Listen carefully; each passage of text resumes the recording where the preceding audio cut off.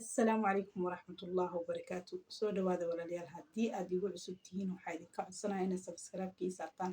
haddii aad ila sii joogteenna ila jooga, asxaab qurux badan ayaa tihiin, walaalo i jecel oo anigana aan jecla ayaa tihiin. So marka waxaa rabaa inaan ka hadlo dhibaatada baryahan kusoo laalaabanaysa Nairobi. Culimadii way ka hadashay, ummadii kale way ka hadleen, dadkii oo dhan way ka hadleen. dadka Soomaalida waa loo digay oo waxaa la dhahay walaalayaal is ilaaliya.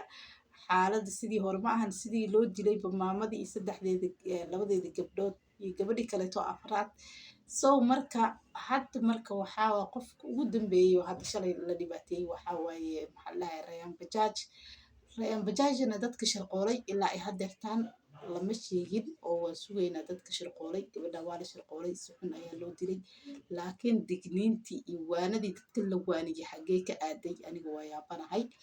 So marka maxaa la dhahayay alxamdulilah horta Rayaan Bajaaj intaas allaha uga ekeeyo. waxay dhahday 3 mindiyaa laygu dhuftay, mid oo garabka ah iyo 2 caloosha ah. alxamdulilah haddana waa roonahay dhahday, dhaktar ayaan ku jiraa. laakiin haddii maanta dhibaatadaas dhibaato kasii weyn yacni video laga soo duubay dabcan maxaa la videoga wax yaraa ka arkay si fiican waxaa la social media hadii loo soo dhigo dadka dhan waxay ka cabsanayaan report. marka waxay dhahday maxaa la dhahayay oo gabadhaas hadda video laga duubay iyadoo la dilaayo. haddii xumaata kale lagu sii sameyn lahaa maanta aad ayay ugu sii darnaan lahayd. alxamdulilah haddiiba maxaa la dhahayay ilaahay cawradeeda u asturay. alxamdulilah ilaahay dhibaatada gaartayna allah ka kaciyo insha allah biidnillah ilaahay caafiyo. laakiin dhibaatada kaleeto meesha taalla waxay tahay gabdha yaryaroo maanta maxaa la dhahayay Rayaan Bajaaj horta aan youtube-keeda ku xiranahay ayaamaha routiinay soo dhigtaa, laakiin ayadoo shaqaaladu iga maqan tahay waxaas dhahayso fasaxay ku maqan tahay ayaan maqlaayay.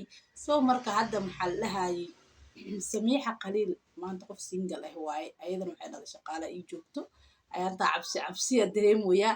laakiin waxay dhahday maxaa la dhahayay gabadha yacni ila joogto gabar fiican waaye, laakiin sida dhibaatada u imaataba cabsiyaan dareemaya. So ha loo sheer gareeya videogan walaalayaalow. dadka caanka ah codsi waaye, is ilaaliya. haddaa adig is ilaali weysaan oo foojignaan weysaan waxaa waaye adinka xarash zaa'idaaba ladin haayaaba. dadka caadiga ah dilla in loogu sibaa laga yaabaa, laakiin adinka dhibaato kale yaa ladin geysanin oo waxaan ku dhahay video iyo balaayaa laydinka soo duubin.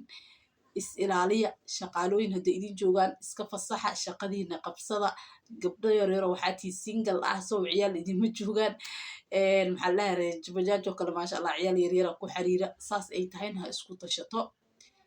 maxaa la dhahayay shaqaalooyinkan iyo waxaan ku dhahay nimankan madowga ah oo aad adeegsanaysaan oo waxaan ku dhahay alaabaha u dirsanaysaan xitaa albaabkii idin soo dhaafin.